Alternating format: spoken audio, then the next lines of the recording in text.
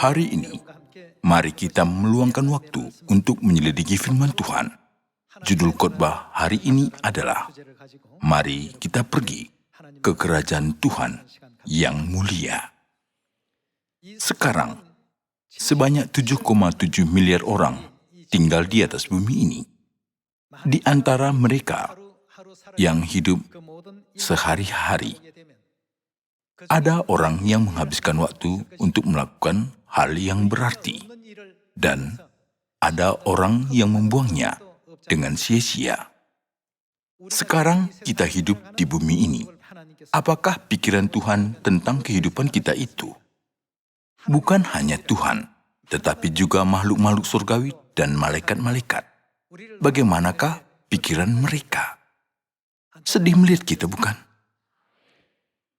Bagaimana perasaan Tuhan dengan melihat kita yang hidup mengharapkan kerajaan surga yang mulia? Mereka akan memuji kita dengan berkata, "Kamu layak dipuji karena sudah hidup dengan benar." Bukankah begitu? Oleh karena itu, hari ini, mari kita selidiki firman dari pengkhotbah yang penulisnya sering berkata, kesia-siaan. Berapa kali tertulis kata sia-sia dalam pengkhotbah? Saya mau tahu. Lalu saya pernah menghitungnya. Kira-kira 25 ayat mengandung kata sia-sia. Saya terkejut. Mari kita cari tahu kehidupan seperti apakah kehidupan yang berguna dan kehidupan seperti apakah kehidupan yang sia-sia. Mari kita lihat bagaimana Tuhan memberitahukannya melalui Alkitab supaya kita bisa maju ke kerajaan surga yang mulia. Mari kita baca pengkhotbah pasal 1 ayat 1. Inilah perkataan pengkhotbah anak Daud, raja di Yerusalem. Kesia-siaan belaka, kata pengkhotbah. Kesia-siaan belaka, segala sesuatu adalah sia-sia. Jika kita hanya membaca ayat-ayat ini, kita bisa salah mengerti bahwa apakah yang begitu sia-sia. Karena manusia menaruh segenap tenaganya hanya untuk apa yang akan lenyap selama hidup sebentar di bumi ini. Pengkhotbah sedih sekali. Tuhan sudah menyediakan kerajaan surga dan masa depan yang cerah untuk umat manusia. Tetapi mereka memfokuskan hal yang akan lenyap, tidak memandangnya. Di dunia rohani, Tuhan memandang kita, umat manusia, dan berkata, kesia-siaan belaka, segala sesuatu adalah sia-sia. Kepada siapa Tuhan mengatakan begitu? Mereka hidup seperti apa? Sehingga Tuhan mengatakan demikian. Kita lanjut baca ayat 3. Apakah gunanya manusia berusaha dengan jerih payah di bawah matahari? Keturunan yang satu pergi dan keturunan yang lain datang, tetapi bumi tetap ada. Matahari terbit, matahari terbenam, lalu terburu-buru menuju tempat ia terbit kembali. Angin bertiup ke selatan, lalu berputar ke utara, terus-menerus ia berputar, dan dalam putarannya angin itu kembali. Semua sungai mengalir ke laut, tetapi laut tidak juga menjadi penuh. Kemana sungai mengalir, ke situ sungai mengalir selalu. Segala sesuatu menjemukan, sehingga tak terkatakan oleh manusia. Mata tidak apa, tidak kenyang melihat. Bagaimana telinga? Telinga tidak puas mendengar. Apa yang pernah ada akan ada lagi, dan apa yang pernah dibuat akan dibuat lagi. Tak ada sesuatu yang baru di bawah matahari. Adakah sesuatu yang dapat dikatakan, lihatlah ini baru? Tetapi itu sudah ada dulu, lama sebelum kita ada. Kenang-kenangan dari masa lampau tidak ada, dan dari masa depan yang masih akan datang pun tidak akan ada. Kenang-kenangan pada mereka yang hidup sesudahnya. Aku pengkhotbah adalah raja atas Israel di Yerusalem. Aku membulatkan hatiku untuk memeriksa dan menyelidiki dengan hikmat segala hal yang terjadi di bawah langit. Itu pekerjaan yang menyusahkan yang diberikan Allah kepada anak-anak manusia untuk melelahkan diri.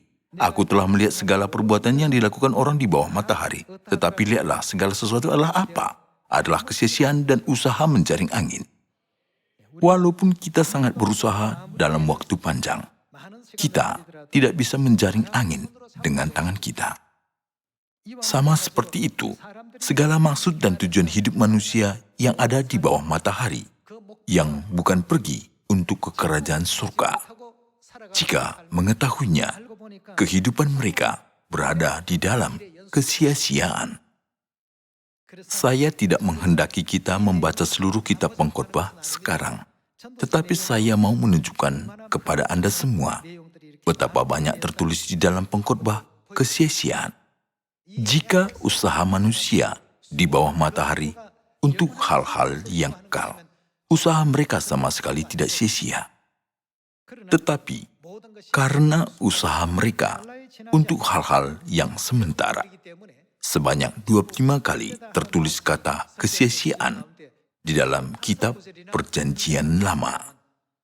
Kata kesia-siaan menempati 99,9%, tetapi di akhir dari kitab itu, kehidupan yang sebenarnya yang tidak sia-sia disimpulkan dalam satu ayat.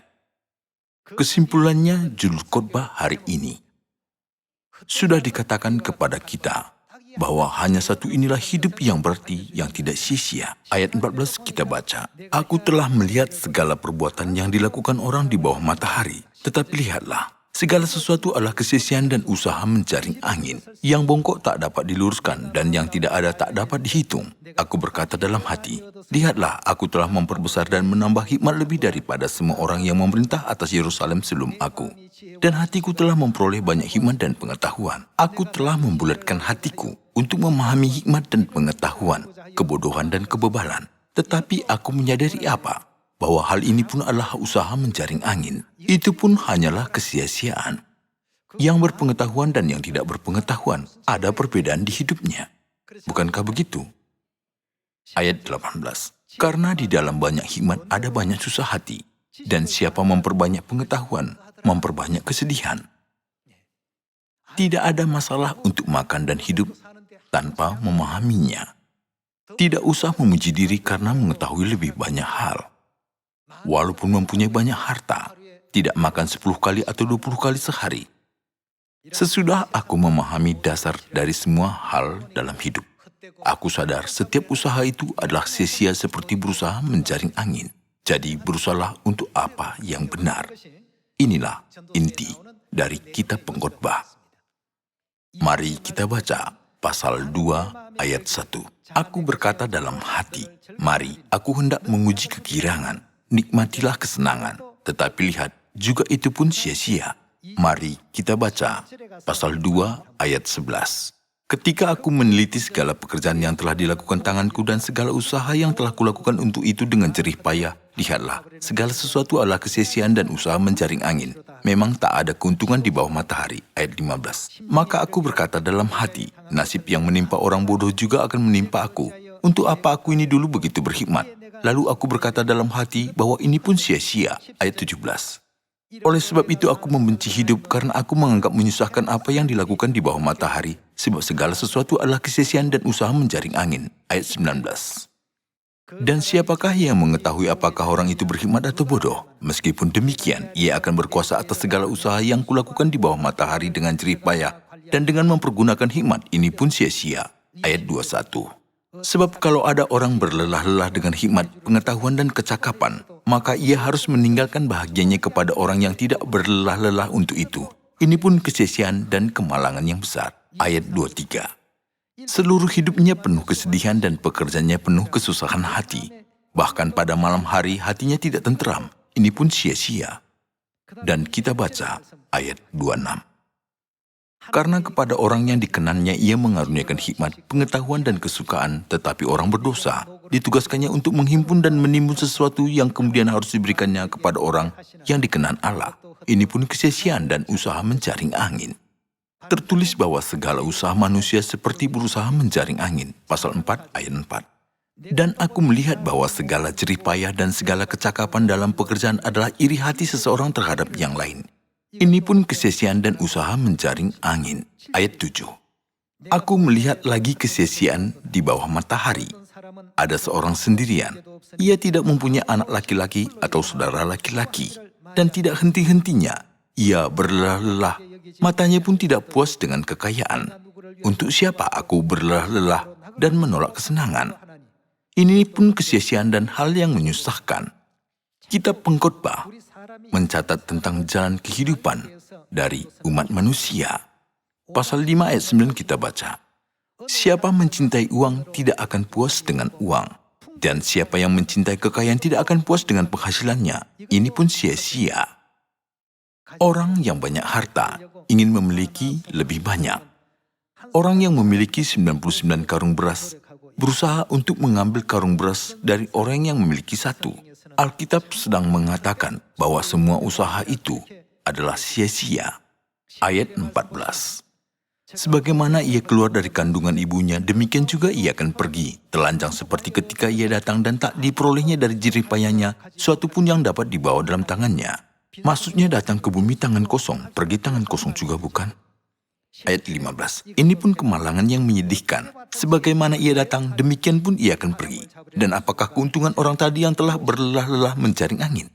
Segala sesuatu benar-benar kesia-siaan. Itu dikatakan dengan kalimat singkat. Mari kita baca pasal 6 ayat 1. Ada suatu kemalangan yang telah kulihat di bawah matahari yang sangat menekan manusia. Orang yang dikaruniai Allah kekayaan, harta benda dan kemuliaan. Sehingga ia tak kekurangan sesuatu apapun yang diingininya. Tetapi orang itu tidak dikaruniai kuasa oleh Allah untuk menikmatinya, melainkan orang lain yang menikmatinya. Inilah kesia-siaan dan penderitaan yang pahit. Seandainya seorang manusia mewarisi banyak harta dari orang tuanya, tetapi dia sakit dan akan mati segera besoknya. Jika begitu, apa gunanya warisan yang sudah diberikan kepadanya? Hal seperti ini pun sering sekali banyak terjadi di bawah matahari. Itulah sebabnya dikatakan bahwa itu pun sia-sia. Ayat 9. Lebih baik melihat saja daripada menuruti nafsu. Ini pun kesia-siaan dan usaha menjaring angin. Jika Anda mulai dengan pasal 1 dan yang berakhir pada pasal 12, kehidupan yang tidak mencari Tuhan, semuanya itu tidak ada gunanya. Akibatnya, kesia-siaan. Anda semua tahu kisah Alexander Agung, bukan? Ketika dia masih seorang putra mahkota, dia berbicara dengan Aristoteles, gurunya. Putra mahkota, kenapa engkau mau menjadi raja? Aku mau menjadi raja untuk menaklukkan dunia. Kerajaan mana engkau mau taklukkan sesudah menjadi seorang raja? Pertama, aku akan menaklukkan Asia. Sesudah itu, mau melakukan apa? Aku akan menaklukkan Afrika. Sesudah itu, mau melakukan apa? Jika engkau menaklukkan Asia, Afrika, dan seluruh Eropa, tidak ada lagi tanah yang akan engkau taklukkan. Jika begitu, engkau mau melakukan apa? Waktu itu dia pasti menjadi tua, karena tidaklah mungkin menaklukkan berbagai kerajaan dalam sehari, bukan? Jadi dia berkata, aku akan mati setelah itu. Ada apa setelah itu? Mati sesudah menaklukkan kerajaan lain, ataupun tidak menaklukkan. Dua-duanya sama akhirnya. Kenapa engkau begitu berusaha banyak untuk menaklukkan kerajaan lain? Menurut saya, itu sebuah pertanyaan yang bijaksana dari seorang guru yang baik. Demikianlah akhir dari kehidupan manusia. Alexander Agung meninggal pada umur 33 tahun. Dia masih muda, bukan?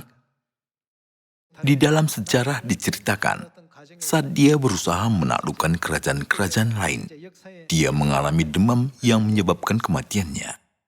Apakah perlu untuk menumpahkan darah banyak orang untuk menaklukkan kerajaan lainnya? Jika kita mengetahuinya, bagaimanakah dengan itu? Itu pun sia-sia, bukan? Berapa banyak keluargakah yang dia hancurkan saat dia membunuh banyak orang, walaupun dia tidak ingin itu? Semua tentara yang tewas adalah seorang suami dan seorang kepala keluarga. Dia sudah membunuh sangat banyak orang dan menaklukkan kerajaan-kerajaan lain. Tetapi, apakah tanah yang sudah dia taklukkan itu masih milik Alexander sampai dengan sekarang? Adakah yang masih dia miliki sampai sekarang? Jadi, ketika dia sekarat, dia meninggalkan suatu pesan. Suatu hari, dia melihat tempat tidurnya di mana dia berbaring sakit. Tempat tidurnya itu kecil, dan tempat di mana dia sedang terbaring itu sudah penyok. Seluruh area yang bisa kuambil ketika aku mati hanyalah tanah seukuran ini. Kenapa aku sudah membunuh sebegitu banyak orang untuk menaklukkan tanah-tanah itu? Pikirnya.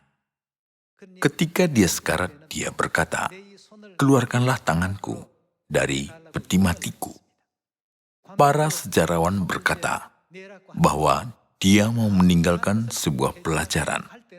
Dia meninggal dunia dengan tangan kosong, walaupun menaklukkan sangat banyak di dunia.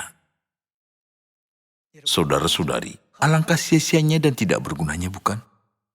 Dia tidak mendapat apapun di bumi ini. Banyak pahlawan, orang besar, orang kaya, politikus, dan penguasa kelihatannya memiliki dan mengatasi banyak hal selama hidup di dunia ini. Tetapi mereka harus menghadapi akhir hidup mereka seiring berlalunya waktu.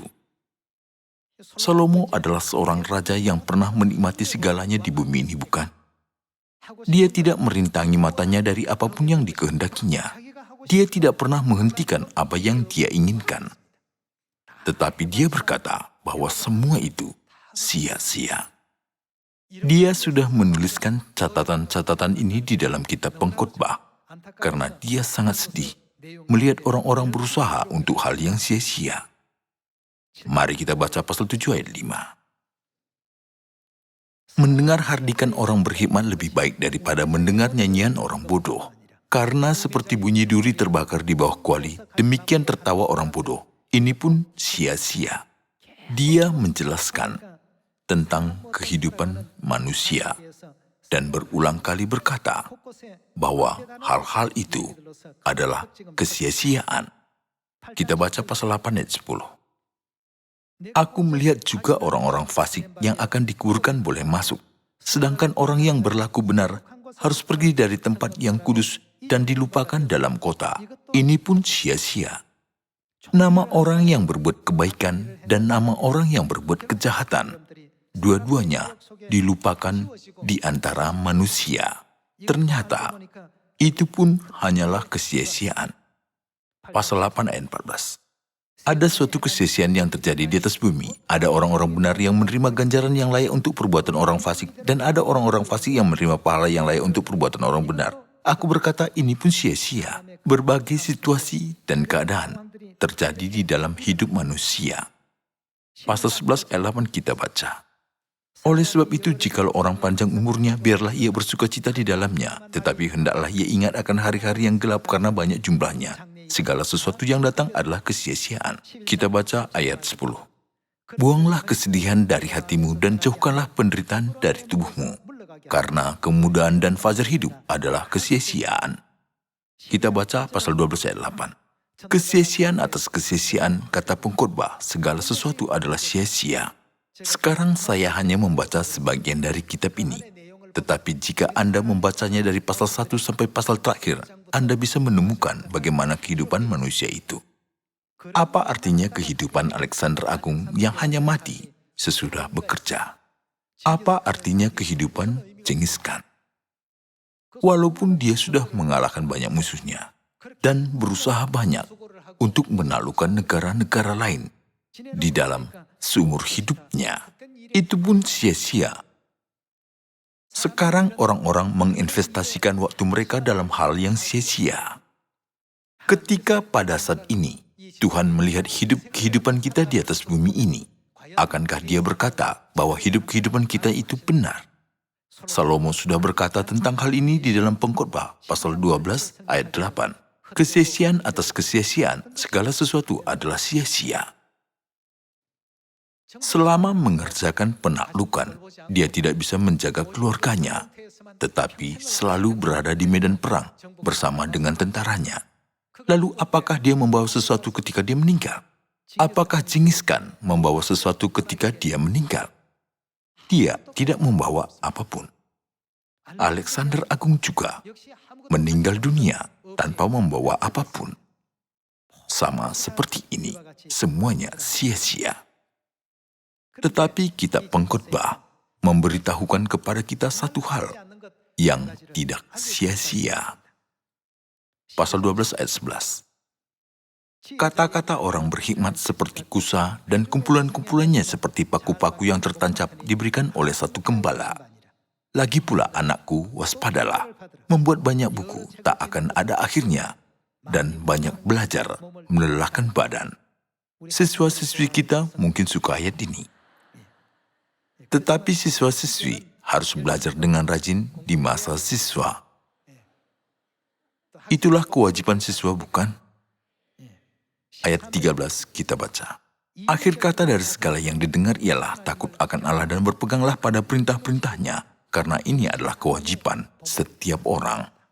Intinya diringkas dalam ayat ini. Hidup dengan berpegang pada semua perintah Tuhan adalah kewajiban manusia. Kewajiban itu berarti kita harus melakukannya, bukan? Dikatakan bahwa inilah tugas dan kewajiban paling dasar yang harus manusia kerjakan selama hidup di atas bumi ini. Banyak orang ingin mirip dengan orang-orang hebat dalam sejarah. Mereka mau menjadi seorang penakluk seperti Alexander Agung dan seorang penakluk dunia seperti Genghis Khan. Mereka punya banyak cita-cita. Tetapi, apakah mereka bisa membawa sesuatu pada akhirnya?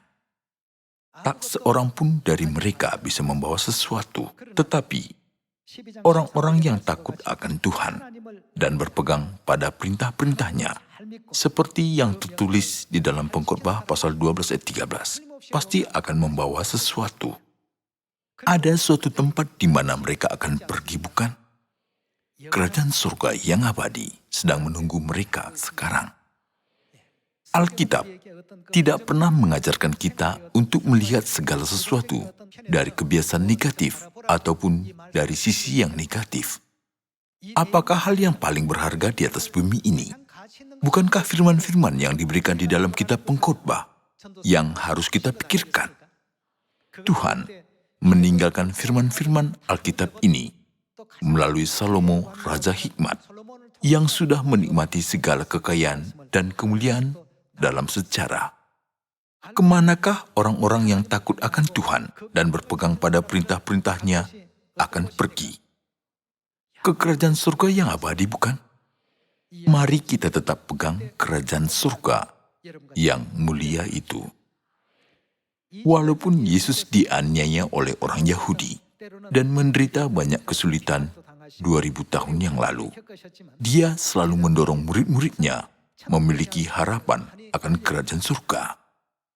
Mari kita baca Yohanes pasal 14 ayat 1. Janganlah gelisah hatimu, percayalah kepada Allah, percayalah juga kepadaku. Di rumah Bapakku banyak tempat tinggal. Di manakah rumah Bapakku di sini, kerajaan surga? Di kerajaan surga banyak tempat tinggal kusiapkan untuk kamu. Jika tidak demikian, tentu aku mengatakannya kepadamu, sebab aku pergi ke situ untuk menyediakan tempat bagimu. Dan apabila aku telah pergi ke situ dan telah menyediakan tempat bagimu, aku akan datang kembali dan membawa kamu ke tempatku, supaya di tempat di mana aku berada, kamu pun berada. Kerajaan surga yang abadi sedang menunggu orang-orang yang takut dan beriman benar kepada Tuhan dan melakukan perintah-perintah Tuhan. Walaupun kita datang ke bumi ini dengan tangan kosong, tetapi ketika kita pulang, kita akan membawa sesuatu yang Tuhan sudah persiapkan untuk kita. Akhir hidup banyak penakluk ataupun orang hebat yang dihormati banyak orang di bumi ini menunjukkan bahwa mereka tidak membawa apapun ke dunia selanjutnya, bukan? Orang kaya di dalam Lukas pasal 16 ayat 19 juga pasti berusaha banyak untuk mengumpulkan banyak harta di dalam dunia ini, bukan? Tetapi saat meninggal dunia, dia tidak bisa membawa kekayaannya. Malangnya, dia tidak punya waktu untuk percaya kepada Tuhan karena untuk mengumpulkan hartanya. Jadi, dia tidak pernah memiliki kesempatan untuk mendengar tentang Tuhan dan kabar kerajaan surga. Dia tidak memiliki waktu untuk memikirkan kerajaan surga dan juga neraka, tetapi hanya menghabiskan masa hidupnya untuk mencari hartanya. Itulah sebabnya Salomo sudah berkata di dalam Pengkhotbah, kesia-siaan segala sesuatu adalah sia-sia. Begitu banyak kekayaan pun tidak bisa membuka jalan untuk hidup yang kekal. Dan seorang manusia tidak bisa membeli kerajaan surga dengan miliaran uang. Bukankah begitu? Saya tidak bermaksud Anda mengabaikan kehidupan di bumi ini. Kita harus hidup dengan setia sambil memegang kerajaan surga. Selama kita mengutamakan Tuhan, kita akan sanggup berkata dengan percaya diri, "Aku benar-benar menempuh jalan hidup yang benar dan maju ke kerajaan surga pada akhirnya." Pada waktu itu, hidup jasmani kita berakhir. Kita akan hidup di kerajaan surga, dunia karunia yang lebih baik, dengan menikmati hidup yang kekal dan sukacita bersama dengan Tuhan untuk selama-lamanya, bukan? Itulah sebabnya di Yohanes pasal 14 Yesus berkata, "Aku akan pergi ke situ untuk menyediakan tempat bagimu. Dan apabila tempat bagimu sudah disediakan, aku akan datang kembali." Maksudnya, dia akan memimpin kita ke kerajaan surga. Saudara-saudari, kita harus memastikan untuk mendapatkan tempat yang mulia di mana Tuhan berdiam. Jangan kehilangan harapan akan kerajaan surga. Walaupun kita mengalami kehilangan dan kekurangan hal-hal yang dibutuhkan di bumi ini, kita tidak boleh kehilangan kerajaan surga. Mari kita tetap pegang kerajaan surga. Matius pasal 4 ayat 17 kita baca. Sejak waktu itulah Yesus memberitakan, "Bertobatlah, sebab kerajaan surga sudah dekat." Jika mau masuk ke kerajaan surga, bertobatlah dalam hidup di bumi ini. Ambillah kerajaan surga melalui pertobatan. Demikianlah ajaran ini. Mari kita baca Wahyu pasal 21. Hidup seperti apakah? Hidup yang tidak sia-sia. Manusia hanya dapat hidup dalam waktu yang sudah ditetapkan. Bukankah kita seharusnya mempersiapkan kehidupan setelah itu? Pasal 21 ayat 1 kita baca. "Lalu aku melihat langit yang baru dan bumi yang baru, sebab langit yang pertama dan bumi yang pertama telah berlalu, dan laut pun tidak ada lagi." Langit yang pertama dan bumi yang pertama merupakan dunia manusia di mana kita sedang tinggal, bukan? Di ayat ini dikatakan bahwa bumi ini dan laut ini akan berlalu, dan langit baru dan bumi baru, yaitu kerajaan surga, akan datang. Ayat 4 kita baca. "Dan ia akan menghapus segala air mata dari mata mereka, dan maut tidak akan ada lagi." Karena di situ tidak akan ada lagi maut, itu adalah kerajaan surga, bukan? Tidak akan ada lagi perkabungan atau ratap tangis atau duka cita, sebab segala sesuatu yang lama itu telah berlalu. Bukanlah dunia yang penuh dengan perkabungan, ratap tangis, ataupun duka cita, tetapi dunia yang penuh dengan sukacita, kemuliaan, dan kegembiraan yang diperbaharui setiap hari. Terus diungkapkan di dalam Wahyu pasal 21 dan 22. Kita harus pergi ke dunia yang mulia ini. Kita sedang hidup di bumi ini untuk memperoleh hal-hal yang abadi di surga. Seandainya seorang manusia dilahirkan di bumi dan hidup dengan makan 3 kali sehari, tetapi tidak mengenal Tuhan dan tidak tahu kehendaknya dan kerajaan surga, kemudian meninggal dunia, orang seperti inilah yang paling malang. Maka apa yang Tuhan katakan untuk kita lakukan? Tuhan menyuruh kita memberitahukannya kepada mereka, bukan? Itulah sebabnya kita memberitakan Injil. Membiarkan mereka mengetahui bahwa Tuhan sendirilah ada bersama dengan kita. Bahwa Tuhan yang menuntun dan memimpin di depan kita ke surga yang mulia. Jadi, Tuhan sudah memerintahkan untuk kita memberitakan Injil, bukan? Tolong buka 2 Korintus pasal 12. Pasal 12 ayat 1 kita baca. "Aku harus bermegah sekalipun memang hal itu tidak ada faedahnya. Namun demikian aku hendak memberitakan penglihatan-penglihatan dan pernyataan-pernyataan yang kuterima dari Tuhan. Aku tahu tentang seorang Kristen 14 tahun yang lampau. Entah di dalam tubuh aku tidak tahu, entah di luar tubuh aku tidak tahu. Allah yang mengetahuinya. Orang itu tiba-tiba diangkat ke tingkat yang ketiga dari surga. Aku juga tahu tentang orang itu. Entah di dalam tubuh, entah di luar tubuh, aku tidak tahu. Allah yang mengetahuinya. Ia tiba-tiba diangkat ke Firdaus dan ia mendengar kata-kata yang tak terkatakan, yang tidak boleh diucapkan manusia. Rasul Paulus sudah menuliskan tentang kita yang akan menerima penghiburan besar, berkat besar, dan pujian di kerajaan surga di dalam 2 Korintus pasal 12. Mari kita baca 1 Korintus pasal 2. Pasal 2 ayat 8. Tidak ada dari penguasa dunia ini yang mengenalnya, sebab kalau sekiranya mereka mengenalnya, mereka tidak menyalibkan Tuhan yang mulia. Tetapi seperti ada tertulis, apa yang tidak pernah dilihat oleh mata dan tidak pernah didengar oleh telinga, dan yang tidak pernah timbul di dalam hati manusia, semua disediakan Allah untuk mereka yang mengasihi Dia. Dikatakan bahwa Tuhan menyediakan kerajaan surga yang mulia, di mana tidak pernah dilihat oleh mata, tidak pernah didengar oleh telinga, tidak pernah timbul di dalam hati kita, untuk kita yang mengasihinya. Yesus juga sudah berkata, "Aku pergi ke situ untuk menyediakan tempat bagimu." Jika Anda tinggal di sebuah apartemen besar, jangan bangga akan itu.